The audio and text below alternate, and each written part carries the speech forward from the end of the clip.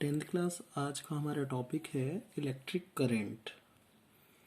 Electric current it is defined as the amount of charge flowing throughout any cross section of a conductor in unit time.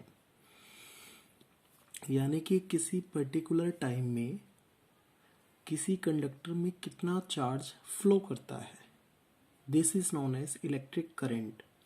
Means current is equal to charge upon time, यानी Q charge का flow होना T time में किसी conductor में, इस ratio को हम current कहते हैं।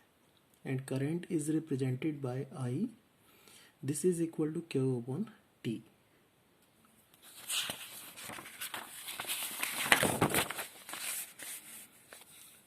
अगर हम इस यूनिट के बारे में बात करें तो current is equal to charge upon time होता है ना। चार्ज की यूनिट क्या है? कूलॉम, और टाइम की सेकेंड। तो 1 कूलॉम पर सेकेंड यानी कि 1 CS minus 1, this is equal to 1 ampere. Ampere is the unit of current. तो 1 एम्पियर 1 कूलॉम पर सेकेंड के बराबर होता है। अगर मैं 1 एम्पियर को डिफाइन करना चाहूँ तो कैसे कहूँगा? 1 एम्पियर को कैसे डिफाइन करेंगे? Current is said to be 1 ampere if 1 coulomb charge is flowing in 1 second through any cross section of the conductor। यानी किसी कंडक्टर के particular area of cross section में 1 कूलॉम चार्ज फ्लो हो रहा है 1 सेकेंड में, इस रेशो को हम 1 एम्पियर कहेंगे। और इलेक्ट्रिक करंट कौन सी क्वांटिटी है? इलेक्ट्रिक करंट स्केलर क्वांटिटी है। जबकि इसकी डायरेक्शन बच्चे कंफ्यूज होते हैं कि इस तरह इलेक्ट्रॉन्स की तो पर्टिकुलर डायरेक्शन है या प्रोटॉन्स की पर्टिकुलर डायरेक्शन है, तो ये स्केलर क्वांटिटी कैसे है? तो मैं आपको बता दूं कि स्केलर क्वांटिटी इसलिए है क्योंकि इलेक्ट्रिक करंट पर सिंपल अलजेब्रा एप्लीकेबल है। अगर मान लीजिए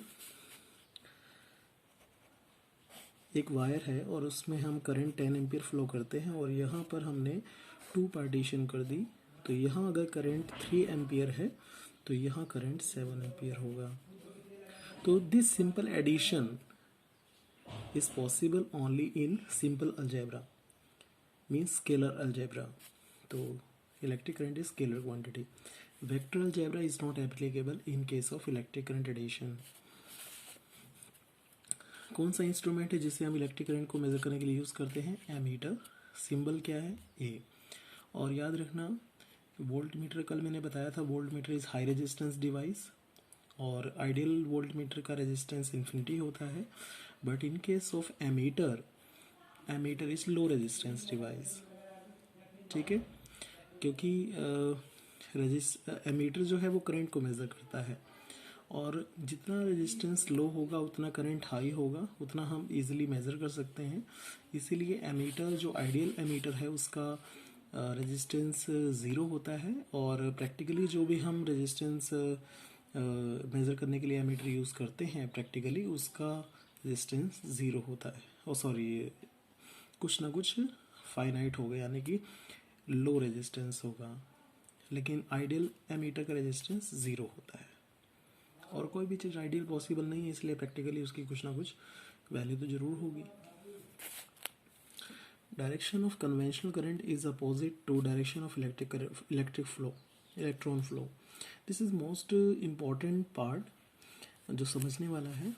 जैसे ये एक कंडक्टर है, ठीक है। अब इस कंडक्टर में फ्री इलेक्ट्रॉन्स हैं और हमने इस कंडक्टर को किसी बैटरी से कनेक्ट कर दिया, यहाँ पॉजिटिव यहाँ नेगेटिव है। तो इस कंडक्टर के जो इलेक्ट्रॉन्स हैं वो इस पॉजिटिव से अट्रैक्ट होते हैं, इसीलिए इलेक्ट्रॉन्स की फ्लो की